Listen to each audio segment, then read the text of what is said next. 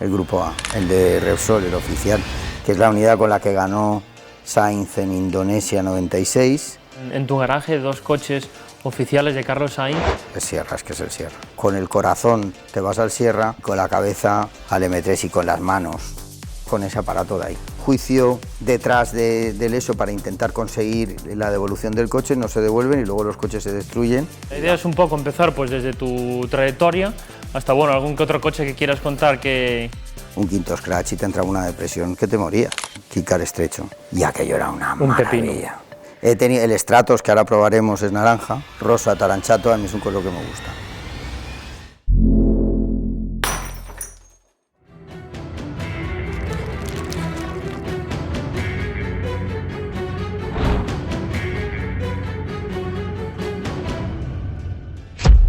¿Qué tal, Paco? Muy bien, tío. Preparado para contar batallitas. A mí me gustan los aviones, fíjate tú qué cosa más curiosa. Yo veía pasar coches de carreras por la zona y tal, pero realmente estuve interno con 13 años en el Escorial y entonces pasó el Campeonato de España de Rallys por un tramo que se llamaba la Silla de Felipe II. Entonces pedimos permiso en el colegio para ir a verlo, no nos dejaron y entonces nos escapamos 3 o 4 por una ventana, era el sábado y entonces, bueno, nos dieron, teníamos una llave, nos escapamos, nos fuimos y yo me quedé absolutamente flipando con aquello, me pareció, vi el 911 de Beni, vi el Ferrari de Zanini, no recuerdo gran cosa porque era de noche, pero claro, el ruido, el ambiente, todo eso, y entonces a partir de ahí ya me picó el bicho y ya empecé a escarbar con el autoebdo, con autopista, que también me parecía una cosa que también tocaba las carreras, aunque menos, y luego automóvil una vez al mes, y entonces eso era el libro de cabecera de mí, eso y los cómics. ¿Notabas mucha diferencia de lo que era la afición aquí en Valencia a Madrid? Bueno, aquí en Madrid había, yo creo que menos. Luego yo ya la fui descubriendo más adelante, pero aquí en Valencia había mucha afición a las motos, muchísima, pero muchísima a los rallies también. Y sobre todo en la zona de Alicante, en la zona de Castellón, con el Cerámica, con tal. Valencia también, pero sobre todo Alicante y Castellón el desierto de Las Palmas era un evento, igual que el Garbí, que también lo era, que estaba en Valencia, y luego el Costa Blanca era un evento, el Rally de Costa Blanca, el Cerámica, eran unos eventos remarcables, ¿no? Y yo lo recuerdo como con mucha gente. Yo empecé a correr en karting en el año 91. Salió en una revista, que yo me compraba las revistas inglesas también, que se llama Autosport, salió un anuncio que había una especie de concurso a nivel nacional, pero claro, se suponía que era solo para los ingleses, pero era a nivel internacional, que regalaban una temporada entera con un single seater, con un Fórmula 4. Y yo me fui allí, a Inglaterra, y gané, o sea, pagabas el cursillo, hacías el cursillo, yo gané mi cursillo, pero luego a final de año, todos los ganadores de los 16 cursillos del año, que cada cursillo era de 20 personas, hacían una carrera y el que ganaba esa carrera ganaba, y entonces yo gané. Y me encontré con aquello allí y cuando volví a España, y entonces yo me fui a la federación y bueno, se están descojonando de mí, de aquellas. Entonces nada, después me puse a trabajar, que es lo que tenía que hacer básicamente. Bueno, cuando vine me compré un Fórmula Renault con mi dinero ya y que lo financié, que tuve que sacar un préstamo. Hice 2 carreras, me di cuenta que era completamente inviable, que yo no...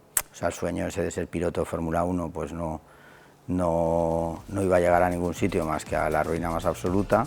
Hice 2 carreras nada más, me di cuenta que no, ni por medios, ni por muchas cosas, y entonces ya me dediqué a trabajar y con 25 años y con mi dinero otra vez me compré un 106, gané el desafío regional y después me fui al nacional 2 años y luego 2 años más de Grupo N.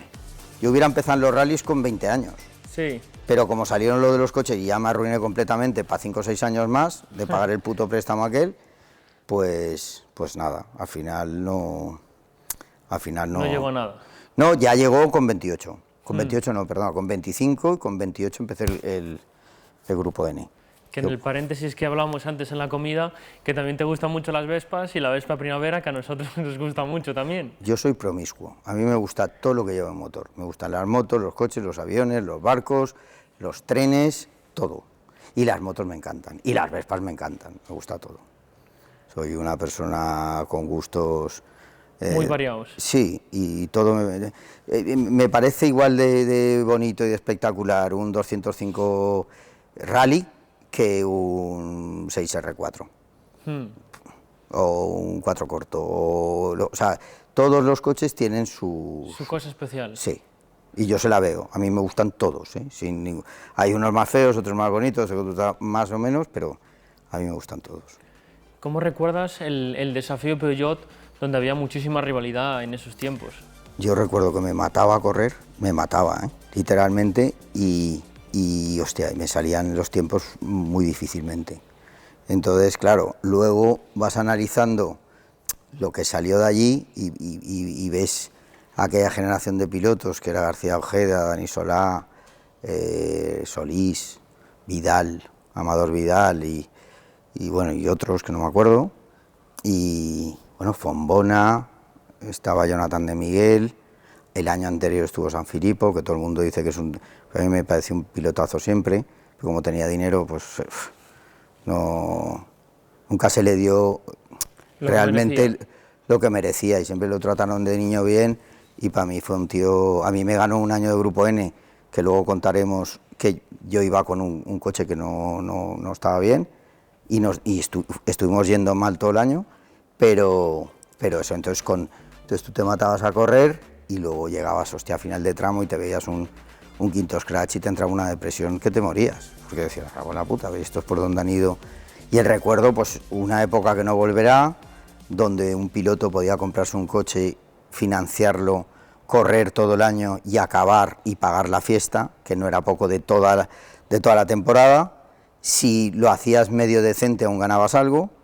El ambiente general de las carreras era un momento donde se pasaba de los años 80 y del tipo de piloto de los años 80 que no era muy profesional, que era tal, que entrenaba mucho pero que no hacía test, no probaba, era todo de corazón y de tal, ya lo que ha acabado siendo ahora los pilotos que son mucho más profesionales. Nosotros estuvimos ahí en una época en el medio que salió mucha gente muy buena. Y yo solo tengo buenos recuerdos. Luego me di cuenta en el Grupo N, bueno, que fui aprendiendo cosas, pero que la escuela del desafío fue una escuela maravillosa. Bueno, la verdad con Paco siempre es fácil porque tiene muy buen carácter, creo que es algo que nos define a los dos y son muchos años, el año que viene hará 30 años que nos conocemos y él ha venido a mi boda, yo he ido a la suya, comuniones de niños, etcétera, ¿no? Y te podría contar, pues por ejemplo, una anécdota muy buena que se quedó en nada, gracias a Dios, fue en un rally del Mundial, un Cataluña, pues bueno, nos vamos al 106 del desafío y me dice, abre el coche, digo, abre el coche si el piloto eres tú. ¡Oh, oh! La llave. Se había dejado la llave en el hotel. Suerte que estaba allí mismo, éramos jóvenes, salí corriendo, subí a la habitación del hotel, llegué con la llave, con 2 minutos de antelación, no penalizamos. Pero a partir de ese rally, hice una copia de llave, no eran electrónicas ni nada, bueno, nunca lo son en los coches de competición, y en la aleta, con cinta americana, siempre poníamos una llave por si pasaba alguna cosa, tenerla allí.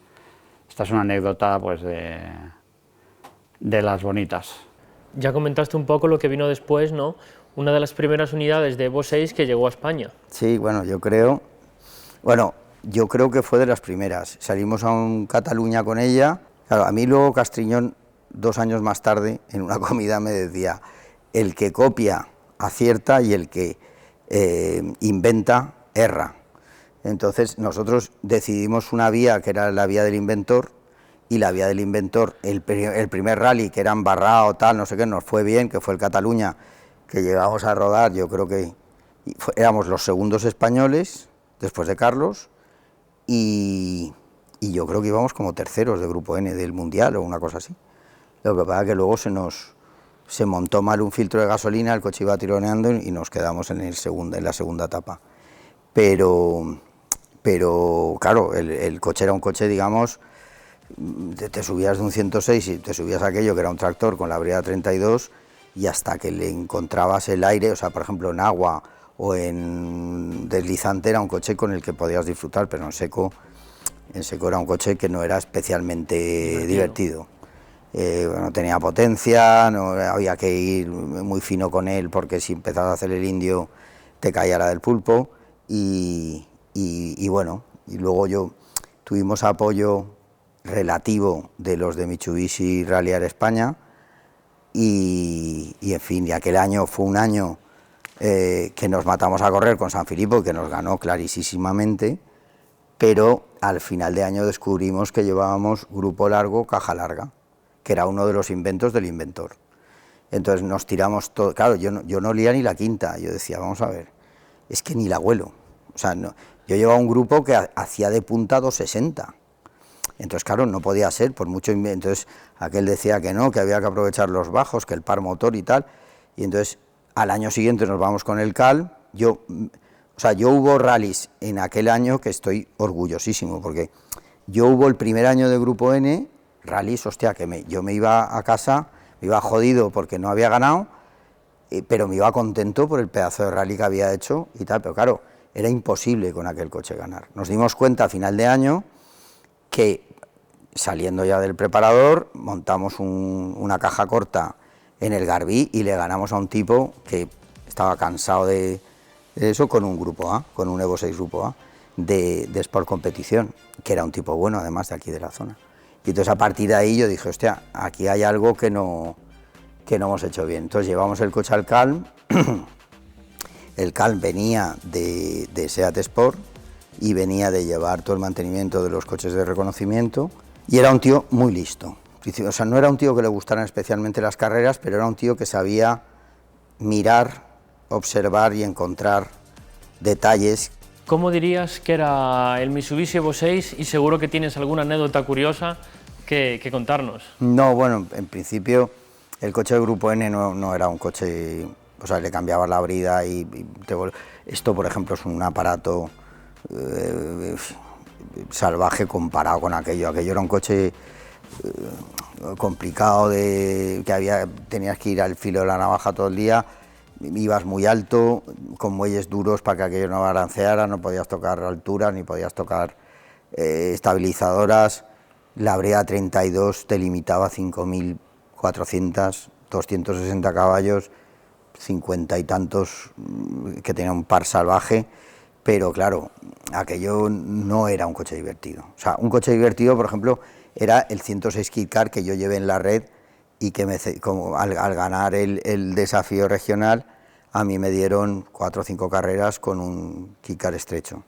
Y aquello era una maravilla, aquello era una maravilla de coche. Luego el Grupo N, pues era el Grupo N. No te puedo hablar ni bien ni mal, pero no, era un coche neutro. Yo no recuerdo, o sea, especialmente sensaciones.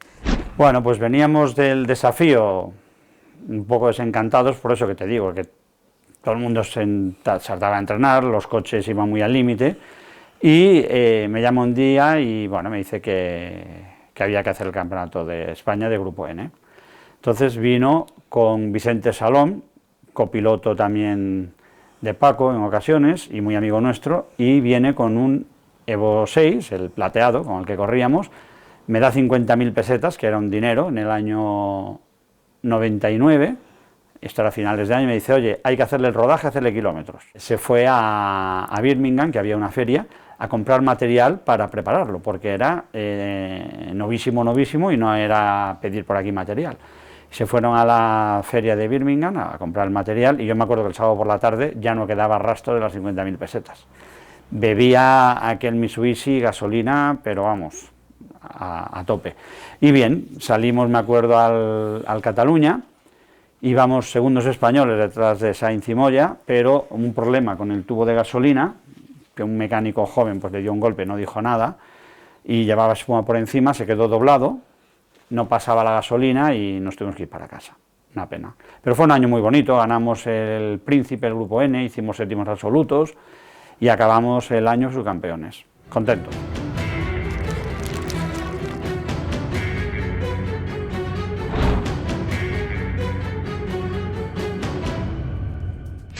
Quizás un coche un poco diferente fue el Fiat Punto Super 1600 con el que hiciste el Mundial. Yo nunca supe conducirlo, no estaba preparado para ese cambio, no hice ningún test. El coche tampoco era una buena unidad a nivel de evolución, porque de un año a otro se había cambiado y yo pues claramente me equivoqué, porque yo sabía llevar un Grupo N rápido, hacía tiempos buenos y me hubiera metido en el Mundial de Grupo N, que estaba de capa caída, pero hubiera cosechado unos buenos resultados y tal. Me metí en una liga que no sabía jugar, con un coche desfasado, con un problema federativo detrás, metiéndome el aliento en la nuca.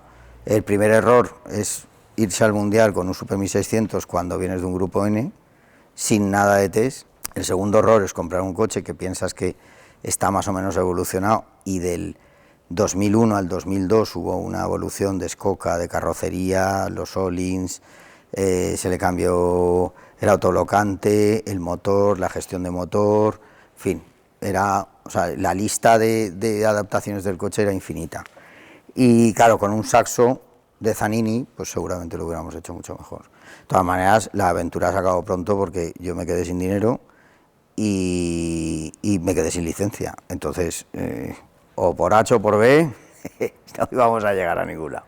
Que la decoración naranja, ¿no? La decoración naranja es Escudería Orense. Tienes un vínculo Orense, con Galicia muy especial. Claro, Escudería Orense, Alpinche, pues todos los amigos que tengo allí, Nacho Paz, que insistió, y luego que a mí me gusta el naranja.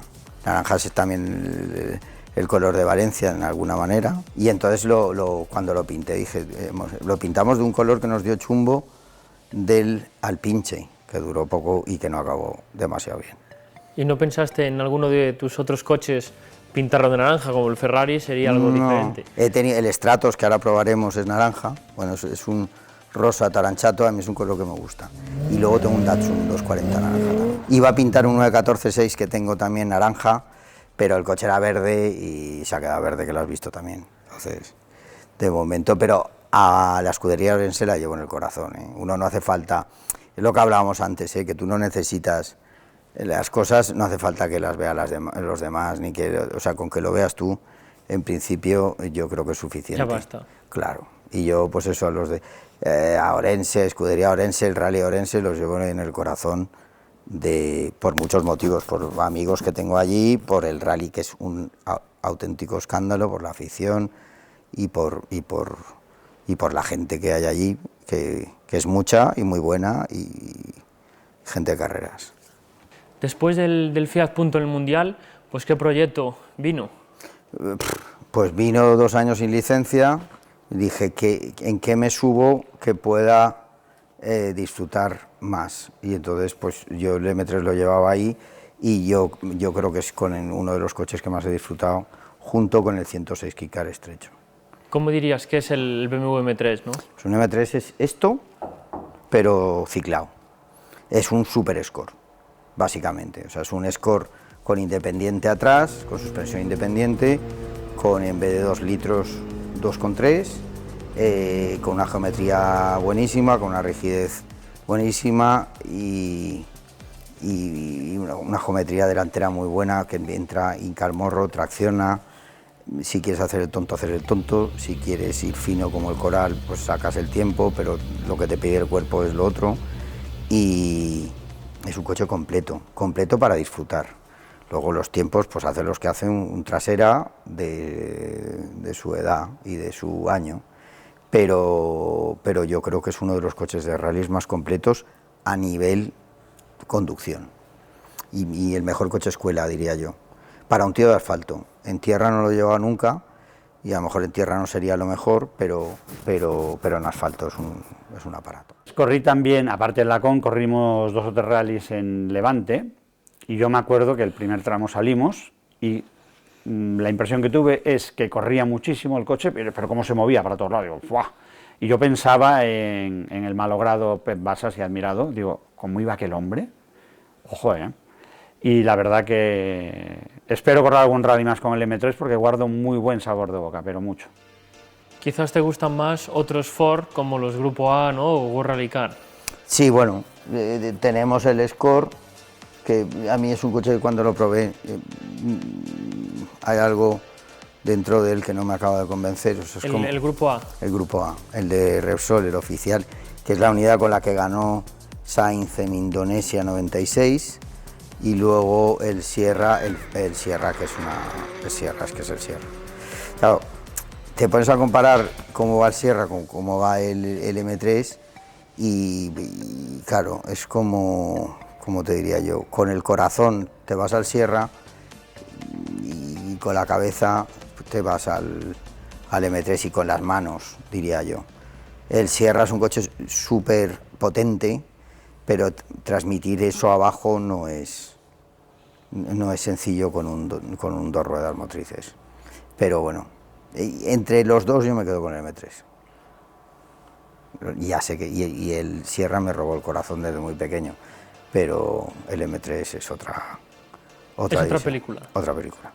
Ahora que tienes pues en tu garaje 2 coches oficiales de Carlos Sainz, pues si vamos un poco al desafío Peugeot, ¿no? O a tus inicios cuando veías a Carlos correr, ¿te imaginabas, ¿no?, poder llegar a tener estas 2 piezas tan especiales?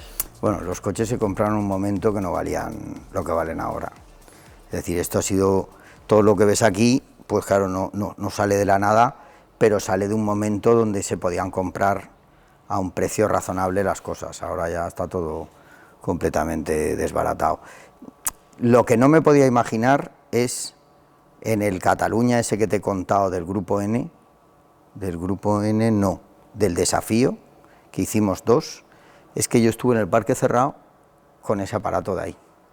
Entonces yo cuando lo vi me quedé absolutamente enamorado. Entonces esa unidad es la que yo tengo por casualidades de la vida, porque la mayoría de los coches se destruyeron y este es uno de los supervivientes porque lo pierde Philip Morris cuando se lo ceden para hacer un evento. Entonces no lo devuelven porque lo pierden en un almacén, se queda detrás de o lo pierden o lo esconde alguien.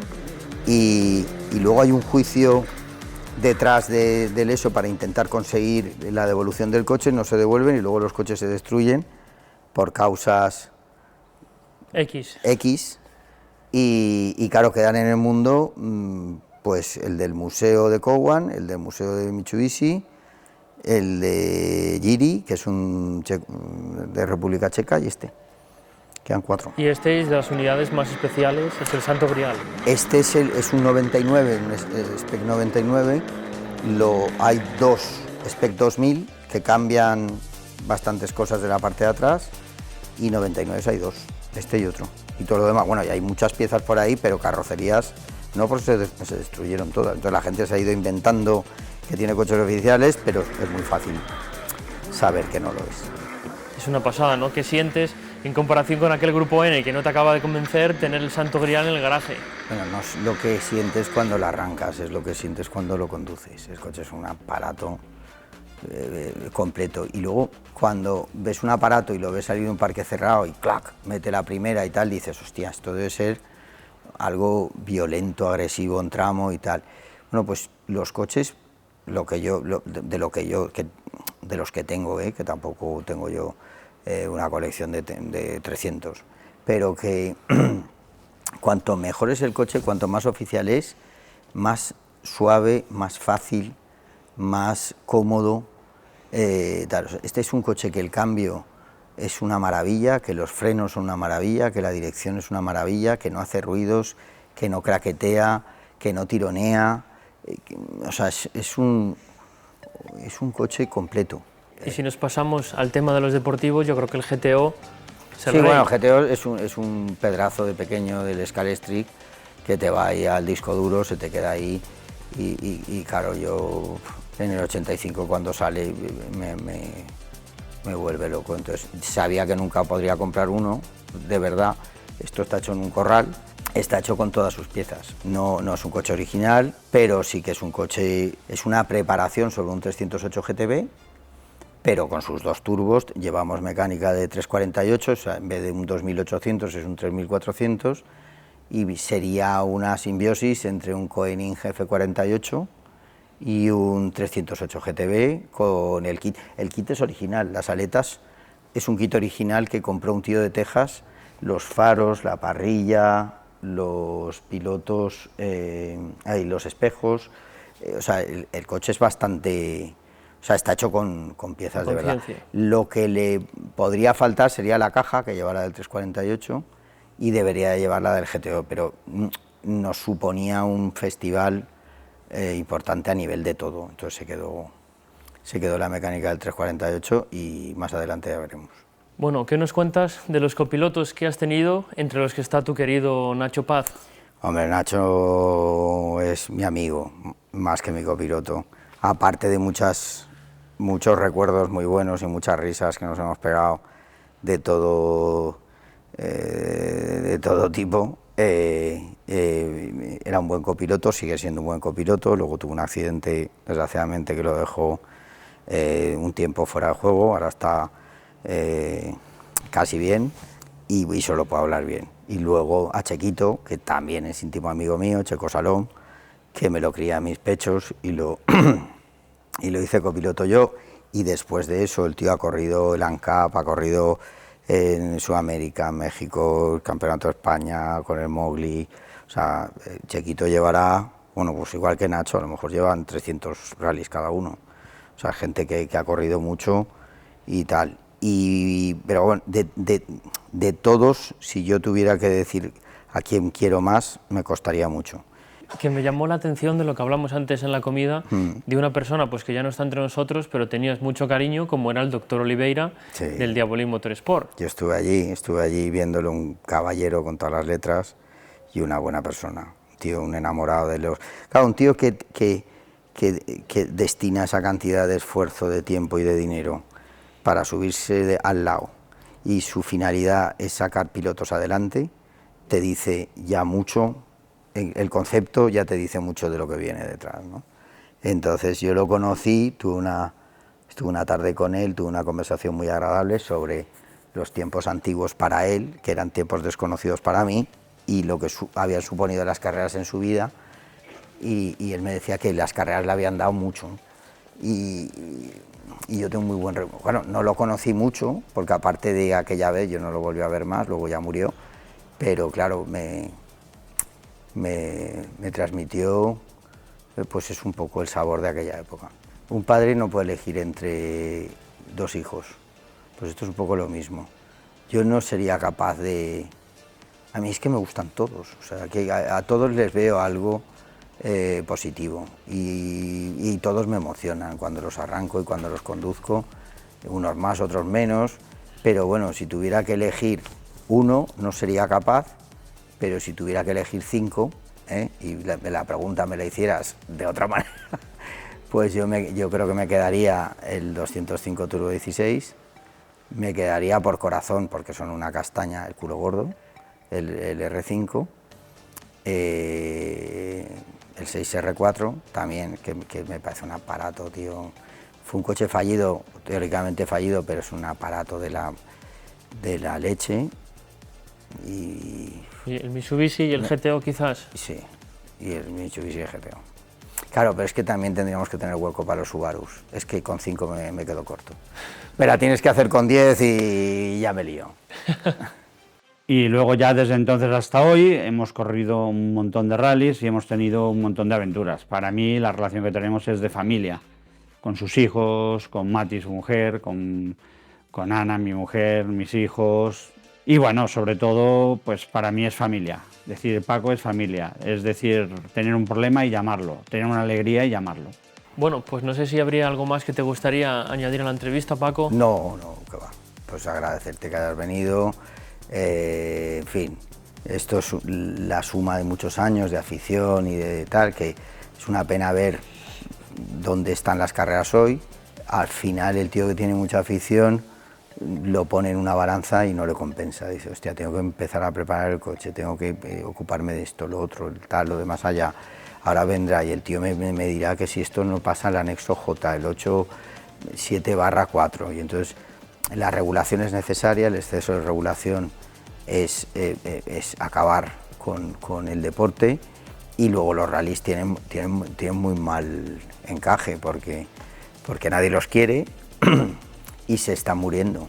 Y se están muriendo porque no se hace nada más que sacar de ellos y no aportar a ellos, ¿no? Bueno, salvando general, todas sí. las organizaciones, todas las escuderías, que son los que lo mantienen vivo, como las miles de escuderías que hay en España que lo tiran adelante y en todo el mundo, pero por parte de la regulación esto no tiene sentido. O sea, llega un momento que ahora estamos con los depósitos, tío, los depósitos, es decir, se ha corrido 50 años sin espuma en los depósitos y ahora hay que meterle espuma en los depósitos y no ha explotado ningún coche en 50 años. Entonces a mí me gustaría saber quién es la eminencia que ha dado con esa, y si hay alguien que fabrique la espuma que tenga algo que ver con él, ¿no? Porque al final lo de los buckets, porque un bucket en un F40 dura 40 años, que son de carbono, pero en un coche de carreras solo puede durar 5, ¿no?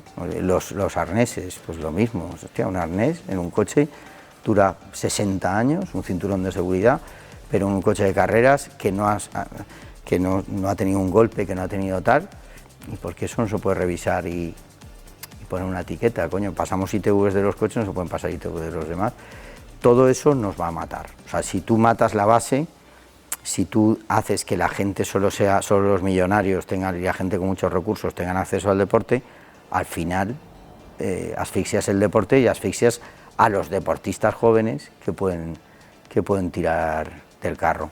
Y sin gente joven, pues vas a un campeonato de España de Supercer y menos la gente de arriba y los pocos que hay de las copas, todo lo demás de gente de mi edad. Y eso es un síntoma inequívoco que algo nos está haciendo bien. Ahora vamos con el Stratos, que es otro que nos... ¿Ves? Ya te he dicho que la lista se había quedado corta. El Stratos es otro de las niñas bonitas. Entonces ahora le daremos una vuelta. Perfecto.